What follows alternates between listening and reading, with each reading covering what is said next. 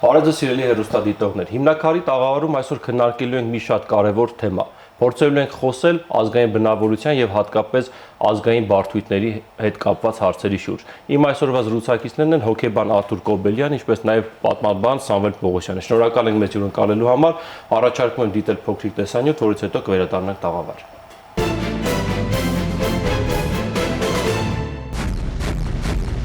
Ազգային բնավորության վրա ազդում են պատմական անցյալում տեղի ունեցած կարևոր իրադարձությունները, որոնք խորը հետք են թողնում տվյալ հանրության ենթագիտակցականում, դառնալով բնավորության ուժեղ կամ թույլ կողմերը կամ բարդույթները։ Դրանք ժամանակ առ ժամանակ դրսևորվում են անհատների, ենթախմբերի եւ նույնիսկ ողջ էթնոսի վարքում։ Տվյալ ազգի մոտ ձևավորված բարդույթները հաճախ կարող են դրսևորվել տասնամյակներ շարունակ, որոնք կարող են բացասաբար անդրադառնալ սեփական ինքնագնահատականի եւ հետագայում ինքնավստահ գործելու ունակությունների վրա։ Նման բարդույթների հաղթահարմանը հաճախ նպաստում են համազգային կարևոր ձեռքբերումներն ու հաջողությունները, որոնք դրական ազդեցություն են ունենում ազգային հոգեկերտվածքի վրա։ Արցախյան պատերազմում տարված հաղթանակը եւ վերջին տարիներին թշնամու ոտնձգությունների սաստումը արդեն նոր սերնդի կողմից կարևոր դերակատարում ունեն հայ ժողովրդի համար հաղթահարելու ցեղասպանությունից հետո ձևավորված զոհի բարդույթը, քանի որ ապական պատկանում է այն ազգերին, որոնք զերծ են բարդույթներից, առաջնորդվում են հաղթողի արժեհամակարգով եւ ունեն բարձր ինքնագնահատական։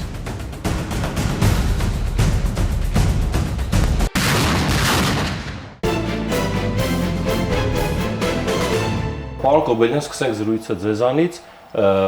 Յուրաքանչյուր ազգ ունի իր բնավորության գիծը, իր բնավորության առանձնահատկությունները։ Առհասարակ ինչպես է ձևավորվում որևէ ազգի կամ էթնոսի բնավորության գծեր ընդհանրապես։ Շատ բարի, շնորհակալություն հրավերի համար, ողջունում եմ բոլորին։ Արթուր Կոբելյան, հոկեբան, 2004-ից դասախոսում է մի շարք բուհերում։ Այս պահին Երևանի պետական համալսարանի եւ պետհամալսարանի Իջևանի մասնաճյուղի հոկեբանության դասախոս է։ 2 ուսումնամեթոդաբանական ձեռնարկի, 1 մենագրության եւ մի շարք գիտական հոդվածների հեղինակ է։ Ցանկացած խումբ իր գոյության ընթացքում, այդ թվում եւ էթնոսը, ձեռք է բերում որոշակի առանձնահատկություններ, որոնք բնութագրական եւ բնորոշ են միայն տվյալ էթնոսին։ Խոսքը նրա մասն է, որ այդ գծերը պարտադիր չի, որ միայն այդ էթնոսն ունենան, տրամաբանորեն ուղղակի որոշակի առանձնահատկություններ կան, որ տվյալ էթնոսում առավել ընդգծված են։ Օրինակ, մենք հայերս ունենք որոշակի առանձնահատկություններ, պայմանավորված պատմության ընթացքում ձեռքբերումներով, կորուստներով, առհասարակ պատմական հիշողությունով։ Ինչ որ տեղի է ունենում ցանկացած էթնիկ խմբում, դա անհետ չի կորում, այլ պատմական հիշողության տեսքով մնում է մեր անգիտակցականներում, էթնիկ անգիտակցականներում եւ սկսում է իր դրսեւորումը ունենալ առօրյա կյանքում ու կենցաղում։ Պարոն Պողոսյան, շարունակելով թեման, մենք գիտենք, որ ունենք հարուստ պատմություն, հարուստ հերոսական իրադարձություններով անցյալով, ինչպես նաև ողբերգություններով։ Ձեր կարծիքով որ հիմնական իրադարձություններն ու կամ դարաշրջաններն են, այսպես ասած, դերակատարություն ունեցել մեր ազգի բնավորության ձևավորման տեսանկյունից, ինչու՞ չէ նաև ինքնագնահատականի ձևավորման տեսանկյունից։ Ինչպես պարոն Կոբելյանը նշեց, ցանկացած ժողովուրդ, էթնիկական խումբ ունի իր բնավորության գիծը եւ դա ինչպես անհատի մոտ է, նույնպես ազգերի մոտ է, բնավորության գծերը, խառնվածները դրանք բավական երկար են մնում, չեն փոփոխվում եւ դրանց ձևավորման գործում կարեւոր դերակատարում ունի եւ գենետիկան եւ միջավայրը։ Սամվել Պողոսյան, պատմաբան, 2002-ից դասավանդում է տարբեր համալսարաններում։ 2015-ից Հայկական պետական մանկավարժական համալսարանի պատմության եւ իրավագիտության ֆակուլտետի դեկանի տեղակալն է, գիտության եւ հետբուհական կրթության գծով։ 2 գրքի, 1 ուսումնական ձեռնարկի, 1 ժողովածուի եւ բազմաթիվ գիտական հոդվածների հեղինակ է։ Մեր ժողովուրդը ձևավորվել է, ինչպես գիտենք, հայկական լեռնաշխարհում, դա մի տարածաշրջան է, որտեղ տարբեր կայսրությունների շահեր են բախվել, քաղաքացիություններ են ստեղծվել, եւ հետեւաբար նաեւ լեռնային երկիրը այս ամենը իր բնավորության գծերն է բերել։ Ուժեղ կողմեր, որոշակի նաև բարդույթները բերել, այդ բարդույթները հիմնականում կախված են նաև, երբ որ մենք պետականություն ենք կորցրել, երկար տարիներ եղել ենք օտարի տիրապետության տակ եւ թույլի հոգեբանական բարդույթ է առաջացել նաև մեր ազգի մի որոշ մասի մոտ։ Շնորհակալություն, պարոն Կոբելյան, ցանկացած բնավորություն, ինչպես անհատի, այնպես էլ ազգի, ունի եւ դրական գծեր, բնականաբար եւ բացասական գծեր։ Եթե փորձենք մի փոքր ընդհանրացնել, հա, որպես էթնոհոգեբանի հայացքից, որոնք են մեր ազգի հիմնական դրական եւ հիմնական բացասական են առանցքային գծերի մասին է եւ ոչ թե ամբողջական նկարագրի։ Բարի, ուզում ի սկզբանե նշեմ, որ չի կարող անհատ ունենալ բնավորություն ու տարբերակենք ազգային բնավորությունից, որովհետև ազգային բնավորությունը իրականում հենց անհատի բնավորությունն է նաև, անհատների բնավորությամբ է ձևավորվում։ Ուղղակի ստե խնդիրը հետեւյալն է, որ սա ոչ թե ուղղակի անհատների զուտ քանակական գումար է, այլ տալիս է որակական նոր փոփոխություն։ Մենք այտենց փիլիսոփայության տեսակետից եւի արտահայտվեմ, քանակական կուտակումները բերում են որակական փոփոխության, ու այս տեսակետից այո, եւ լայն եւ նեղ իմաստով քանակական կուտակումները բերել են նաեւ մեր էթնոսի, ինչպես նաեւ ցանկացած այլ էթնոսի մոտ որոշակի որակների ձևավորման։ Ու այդ որակները ժամանակի ընթացքում իհարկե ենթարկվում են փոփոխությունների, ուղղակի դրա համար պետք են որոշակի ցնցումային իրադարձություններ կամ տևական իր ուժգնությամբ ոչ ուժեղ, բայց տևական փոփոխություններ։ Օրինակ հայ ժողովրդի համար բնութագրական է այն հոգեբանական առանձնահատկությունը, որ մենք ցանկացած հարաբերություններում նախընտրում ենք ոչ ֆորմալ, ոչ օֆիցիալ հարաբերությունները, մենք նախընտրում ենք միջանձնային շփումը։ Իհարկե շատ հերոսական այտենց այդ տեսակետից առանձնահատկություններ կան, եւ ընդ որում բնավորության որակները սկսում են դրսևորվել նաեւ առարկայական իմաստով մեր պատմության էպոսներում, ավանդույթներում, նմանատիպ դրսևորումներում, բայց ինչպես մեր հարգարժան պատմաբանը նշեց, ունենալով վերելքներ ձևավորում ենք, սկսում են ակտիվանալ բնավորության դրական որակներ, պայքարը, համառությունը եւ ունենալով բաց որոշակի պատմական վատ իրադարձություններ մեր մոտ սկսում են ձևավորվել արդեն բարդույթներ, օրինակ ինչպես նշվեց Թույլի հոգեբանական տեսակետից դա կանվանեինք զոհի հոգեբանություն, ձևավորվում է այո, որովհետև երկար ժամանակ չունենալով պետություն եւ պետականություն, լինելով անընդհատ տարբեր տիրապետությունների իշխանությունների ազդեցության ներքո մեր մոտ ձևավորվեց նման ցավոք սրտի, բայց ձևավորվեց նման հոգեվիճակ ու մենք այդ ցանկացած հոգեվիճակ, որ ձևավորվում է, ինքը անենց չի, որ կոնկրետ իրավիճակում դրսևորվեց ու անցավ։ Այսինքն խոր հետք է թողում։ Այո, եւ երկար ենթագիտակցության մեջ։ Այո, մեր էթնիկ անգիտակցականում մնում է որպես պատմական հիշողություն, հոգեբանական տերմինոլոգիայով անվանենք ֆիլոգենետիկ հիշողություն, ու սկսում է տևական ժամանակահատված դրսևորվել, անընդհատ ենթարկվելով որոշակի տրանսֆորմացիաների, անընդհատ փոփոխությունների, բայց ամեն դեպքում հիմքը մնում է դրսևորման հիմքը այդ պատմական անցյալը։ Պարոն Պողոսյան, տեսեք, հետաքրքիր դիտարկում է եւ իրապես այդպես է, տանում ենք հաղթանակներ եւ հետո մտածում ենք արդյոք դա մենք ենք տարել, փորձում ենք հովանավորներ գտնել, փորձում ենք ուժի կենտրոններ գտնել, ստեղծում է մի իրավիճակ, երկարամյա, հարյուրամյակներ քննարկում ենք, արդյոք այդտեղ կար դավաճան եւ ով էր դավաճանը, դիցուկ Վարդանաց պատերազմի ժամանակ միջև հիմա անտեղի մի վեճ է, թե ով էր երկու կողմերից, ասենք Վասակցյունի, թե Վարդան Մամիկոնյան դավաճան կամ ճիշտը։ Եվ ինչ որ անպտուղ բանավեճ էր։ Ժամանակը չի, որpիսի կամ ձեր դիտարկման, ասենք նոր սերունդը արդեն իսկ կարողացել է հաղթահարել նման ընկալումները, թե մենք այդ նախորդ այդ կարծրատիպերով դեռևս շարունակում ենք ապրել, ոգևորման աղբյուր չգտնել եւ նման նեղ սին բանավիճերով շարունակել ինքներս մեզ թունավորել, հա, եթե կարելի այդպես ասել։ Պետք է ուրախությամբ նշենք, որ մենք վերջին 25 տարվա մեր գլխավոր առավելություններից մեկը դա անկախության սերունդն է, նոր երիտասարդությունն է, որն մենք դասավանդում ենք, տեսնում ենք նրանց մոտ այդ հոգեբանական բարդությունները ոնց որ հաղթահարվում են Թույլի, Զոհի բարդությունները նրանց մոտ բավական հաղթահարվել են։ Իհարկե դրա համար դեռ ժամանակ է պետք։ Գլխավորապես մենք Զոհի հոգեբանությունը վերցրեցինք հատկապես մեծ եղեռնից հետո։ Հա 100 տարի անցել, 100 տարվա ընթացքում բավական դա հետ է գնացել։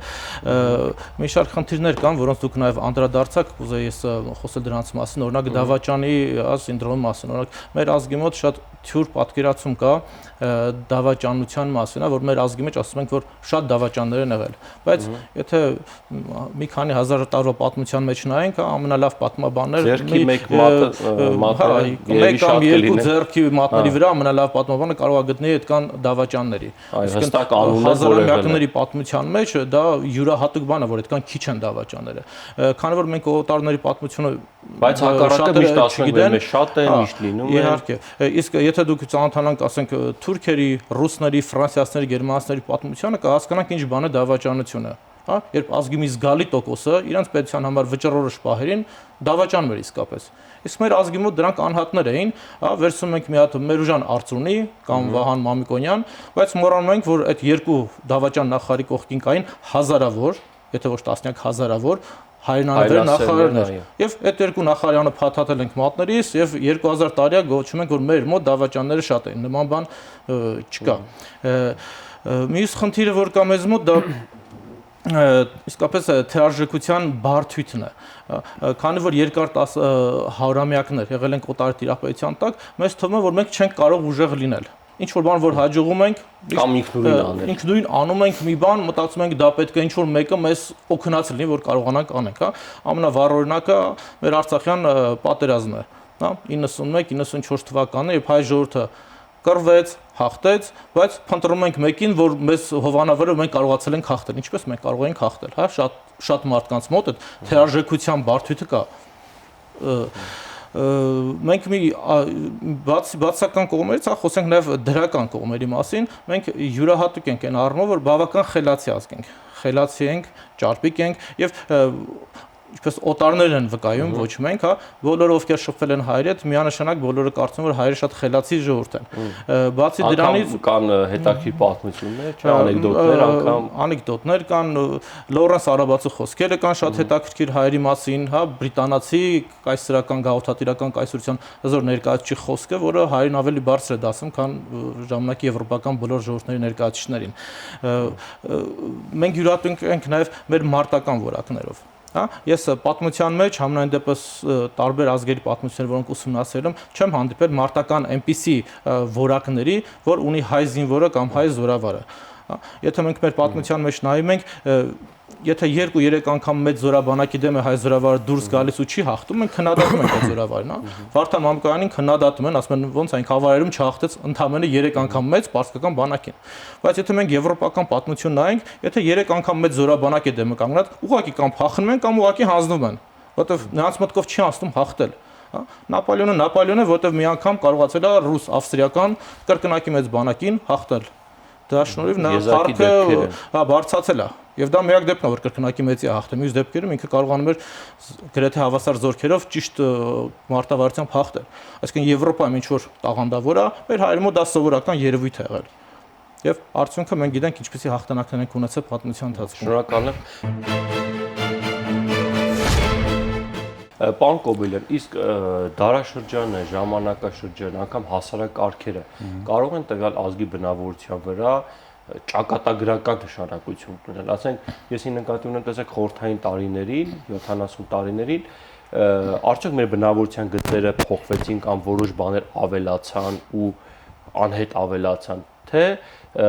ինչ որ կար, թե այնուամենայնիվ որոշ բաներ այս վերջին 25 տարում փոխվում են, դրական իմաստով փոխվում են կամ միգուցե որոշ բաներ ձեռք են բերում բացասական իմաստով, ինչպես է այդ ձևավորման process-ի վրա ազդում հասարակարգերը, ժամանակաշրջանը։ Միանշանակ փոփոխությունը ուղիղ իմաստով տեղի ունենում, ես կուզենամ այս նման երևույթին, տեսեք, ունենք պատմական հայացք, հա, կարող ենք ունենալ նաև այլ ոլորտներից հայացք, ես ասեմ, այս ամեն ինչի հոգեբանական կողմը, հոգեբանական տեսակետից չափազանց կարևորվում է ոչ թե օբյեկտիվ իրականությունը, երևույթները, առարկաները, այլ դրան տրվող նշանակությունը։ Նման մեխանիզմի շնորհիվ մեր մոտ էթնոսի մեջ ձևավորվում է էթնիկ ինքնագիտակցություն, ձևավորվում է էթնիկ ինքնագնահատական ու շղթայաձև սկսում է անընդհատ աշխատել։ Ինչ տեղի ունեցավ, տեսեք 70 մոտավորապես տարիների ընթացքում եղել ենք սովետական միության ընդհանուր կազմի մեջ, կառավարող օղակը եղել է Մոսկվան, եթե դու ավագ սերունդը ավելի լավ դա կնկատի, նույնիսկ մասնագիտության մեջ բժիշկները գրում էին ռուսերեն լեզուն դարձել էր գերակշռող, որովհետև կառավարչական ապարատը ռուսախոս էր եւ այլն։ Այս ամեն ինչը մեր մոտ ձևավորեց ինքնագիտակցության մեջ փոփոխություններ մտցնելով կերպարներ։ Ցանկացած էթնոս իր ինքնագիտակցության մեջ ունի կերպարներ։ Մեր նման էթնոսները, ովքեր ունեցել են նման հակասական պատմություն, ունեն սովորաբար երկու կերպար՝ թշնամու կերպար եւ հովանավորի կերպար։ Ոչ բոլոր էթնոսներն ունեն հովանավորի կերպար, բայց մեր նման էթնոսները միանշանակ ունեն։ Ինչ տեղի ունեցավ 70 տարիների ընթացքում ռուսը իր պետությամբ, հա, էթնոս լավ, այդպես մի քիչ զգուշությունը կորցնեմ ասեմ, իր էթնիկ դիմանկարով դարձավ մեր համար հովանավորի կերպար։ Այսօր ցանկացած հայի, որ հարցնես անկախ իր կրթության մակարդակից, առաջին միտքը որն է, երբ որ ասում ենք հովանավորի կերպար, միանգամից ասում է ռուսը։ Ով է առաջինը որպես թշնամու կերպար, միանշանակ ասում է թուրքը։ Սրանք պատահական նորագույացություններ չեն, ու միշտ չի եղել ռուսը մեր համար հովանավորի կերպար, այն 5 տարում, որ մենք ապրում ենք, ուր էր ռուսը։ Եվ միշտ չի եղել թուրքը մեր համար թշնամի, որովհետև մենք միշտ չի որ առաջվել ենք թուրքի հետ, մենք նորից ուր էր թուրքը, երբ որ Հիմա ժամանակի ընթացքում ոնց է սա ամեն ինչը ձևավորվում, կարևորվում է հոգեբանական տեսակետից ինչն է ազդել վերջինը եւ որն է եղել առավել հզոր ազդեցությունը։ Ժամանակի ընթացքում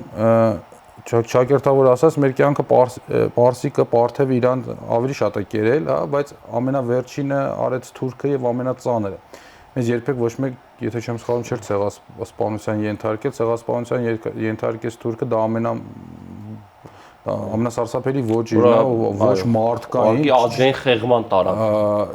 Սրա հոգեբանական իհարկե մեկնաբանությունն է կա, էթնիկական հոգեբանության տեսակետից, ամենամեծ ցավը պատճառեց հայ ազգին թուրքը, իսկ երբ որ մենք նայում ենք արդեն հովանավորի կերպար, դրա համար թուրքը դարձավ հովանավորի կերպար, թշնամու կերպար, ներողություն, Աստված չէ, ինչ հովանավորի կերպար դառնա, իսկ ինչու դարձավ ռուսը, որովհետև ճակատագրական պահերին ընկալվեց ռուսի օգնությունը որպես իրոք ճակատագրական։ Գիտեք ոնց է, մարդիկ ասում են, բայց ռուսը ուներ իր շահը, չգիտեմ, եթե չունենար շահ չէ, իսկ մենք չունենք մեր շահը։ Հարց։ Եվ երկրորդ ինչ կապ ունի, ստեղ ով ինչ շահ ունեցավ, եւ օբյեկտիվորեն մենք չենք կարող հետ գնալու այդ շատ մանրամասն հասկանալ, որովհետեւ այդ ամեն ինչի մենք ընդամենը մեկնաբանություններն է հասնում մեզ։ Մենք այն հին ժամանակն է թեկուզ մեր հայոց պատմության էջերի օբյեկտիվ իրական պատկերները ում միջոցով ենք ստանում պատմիչների, ովքեր որ իրենց սուբյեկտիվ մոտեցումն են, չէ՞, նաեւ այդտեղ արտացոլի միևնույն երևույթի նկատմամբ միևնույն երևույթը կարող կնես ներկայացնել, որ առաջանա հպարտություն կամ լրիվ հակառակը ամոթ, հա։ Եվ երբ որ մենք օրինակ Խաչատուր Աբովյանը օրնում են Սահաթ Էբրուսի ոտը մտավ, հա, հայոցող, ժամանակի ընթացքում այս ամեն ինչը սկսում է սոցիալականացման ինստիտուտների միջոցով հանրությանը ներարկվել։ Դպրոցի, ընտանիքի, հա, մանկապարտեզի, եկեղեցու եւ այլն շարունակելով այս շատիկան անկախության այս 25 տարիները մեզ փորձել են, չասեմ ձերբազատվել դրանից, բայց արդեն սեփական ազգային ինքնագնահատական, նաև ինքնավստահություն, հա, ձեռք բերել։ Ունեցել ենք այդ հնարավորությունը, կարողացել ենք ինչ-որ գոնե նախնական այդ էլեմենտները ներդնել, թե դեռ ճանապարհին ենք։ Ցավոք սրտի ասեմ ոչ։ Ցավոք սրտի ասեմ ինչու, որովհետև երբ որ սովետական միությունը փլուզվեց, այդ ժամանակ մեր ազգային ոգին առավել բարձր էր, քան դրան հաջորդող տարիներ, որովհետև մենք նույն հանրության մեջ նկատում ենք աճող մեծ քանակի արտագաղթ, մենք այդ ամեն ինչի պատճառը միանշանակ ֆինանսը չի, այլ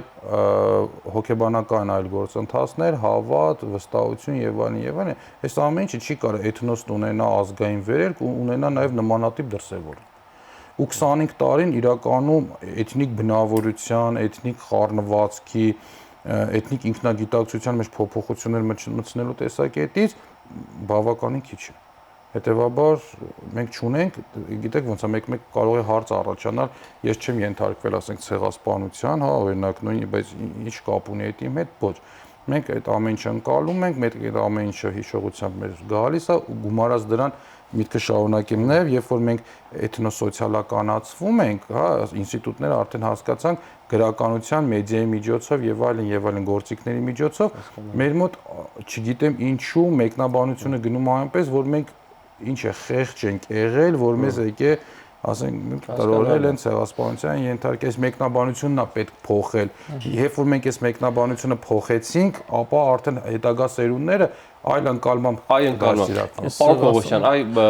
ինչ անենք, որ պատմությունից ճիշտ դասեր քաղենք։ Շարունակելով համոզված եմ դուք այդ անդրադարձն եք ուզում կատարել եւ դիցուկ օրինակ բերելով մեր պատմության վերջին հատվածը կամ նոր սկիզբը սկսեցինք հաղթանակով ըստ էության, Արցախյան հաղթանակով, որը 25 տարի հետո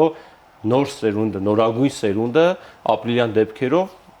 եւս մեկ անգամ ապացուցեց, որ ինքնուրույն պատրաստ է կռվել եւ հայրենիք պաշտպանել։ Այսինքն իմ տպավորությամբ այնուամենայնիվ ինչ որ բան է փոխվել։ Ձեր դիտարկումը ինչ անել, որպեսզի պատմությունից ճիշտ դասեր քաղել եւ ճիշտ հետեւություններ անել։ Պետք է ճիշտ պատմություն ներկայացնել, ինչպես հարգարժան հոգեբան նշեց, սոցիալական ինստիտուտները պետք է մարդկանց մեջ մտցնեն այդ, հա, նույն, ինչպես նշեց, նույն վիճակը, հա, կարելի է եւ լավ կողմից ներկայացնել եւ վատ։ Հիմա եթե մենք նայում ենք մեր պատմության, հա, դասագրքերը կամ ոնց է պատմություն գրվում, պատմության դասագրքերում ավելի շատ մեր պարտությունների մասին է գրված, քան հաղթանակների, հա։ Իսկ եթե ազգը անդադ պարտվեր, այդ ազգը գոյություն չէր ունենա։ Մեր ազգը վստահաբար անդադ շատ ավելի հաղթանակներ ա ունեցել, քան պարտություն, բայց մենք կենտրոնացել ենք պարտությունների վրա։ Երկրորդ աղբյուրը, որը մարդուն դաստիարակում է, պատմությունն է, գրականությունն է։ Մեր գրականության բոլոր ստեղծագործությունները, հա, հիմնական 10-րդ դար, 20-րդ դարի սկիզբ նվիրված են դավաճանություններին, հա, միջանձնային, չգիտեմ, հարաբերություն սխալ պատմական, հա, եւ փաստորեն, երբ որ երեխան գրականություն է կարդում, պատմություն է կարդում, ինքը մեր պարտությունների մասին է կարդում ավելի շատ, ոչ թե հաղթանակների, որը կարող է նրան ավելի բարձրացնել, ավելի ոգի տար։ Խնդիրը դրանում է, կարծում եմ պետքա դասագրքերը ճիշտ գրվեն, ճիշտ աշխատեն դրանց վրա եւ պետքա մեզ նոր գրականություն նայ, որովհետեւ մեր նոր գրականությունը ոնց որ ուշանում է, չերևում։ Շնորհակալություն հետաքրքիր։ Ես հավելում եմ, եթե կարելի է, որովհետև մեր ժամանակը մոտենում է։ Շատ բարի։ Եթե մենք ուշադրություն դարձնենք սովետական միության տարիներին, որպես ինքը գերկայսրություն ձեռնտու չէր ոչ մի դեպքում ընդգծվեր էթնիկ կողմը, որտեղ շեշտադրում է կատարվում է սոցիալական տրամաբանությամբ եւ բոլորովին ձեռ չէր տալի էթնիկ գործընթացների ակտիվացումը։ Ճնշվում էր սովետական մարդ հասկացության ներքո, գաղափարախոսական ազդեցության, ճնշման ազդեցության ներքո, բայց երբ որ մենք նայում ենք հիմիկվա մեր դասագրքերը, իրանք կոպիտ ասած իներցիայի մակարդակով եկե հասել են այսօր մենք առանց քննադատական էթնիկ կողմ ավելացնելու միգուցե շատ լավ այո ասենք ինքնին պատմության տեսակետից որ այսքան ժամանակահատվածում այս նյութը սերտի կամ գրականության տեսակետից որ SSS հեղինակների գործին շատ լավ է միգուցե տեխնիկական բայց հոգեբանական կողմը սա վերաբերմունքը երբ որ ես կարդում եմ պատմության այս էջը իմ մոտ որպես էթնիկ միավոր ինչ հոգեվիճակ առաջանում, որովհետեւ դա մենակ իմը չի, ես դրանով նաև ապագա սերունդ իմ երեխային եմ դաստիարակելու, չէ՞, այդ պատկերացումն ունկալումը տալու եմ, ինչի պիտի հայի մոտ ձևավորվի միտք, որ ինքը ինչ որ մի էթնոսից վատնա, ինչպես նշեց պարոն Պողոսյանը, միանշանակ մենք այնքան հաղթանակներ ենք ունեցել, որ նույնիսկ абսուրդային թվացող պայմաններում չունենալով պետություն ու պետականություն այդքան դար գոյատևեցինք հերիք չի, մենք հիմա ազատ ենք, անկախ ենք, հպարտ ենք, ունենք պետություն, բայց շատ ֆրագմենտար բնույթով է սա գիտակցվում, ընկալվում, քննարկվում։ Պիտի դառնա այն տիպի, որ նույնիսկ քննարկելու կարիք է չլինի, բոլորը զգանք դա։ Մենք պիտի հասնենք սրան ավելացնելով այդ ընկալման հոգեբանակ էթնիկ կողմը, որ մենք հպարտանանք ուղղակի զուտ են փաստով, որ մենք հայ ենք։ Շնորհակալություն հետաքրքիր եւ բովանդակալի զրույցի համար, հուսամ նոր սերունդը ավելի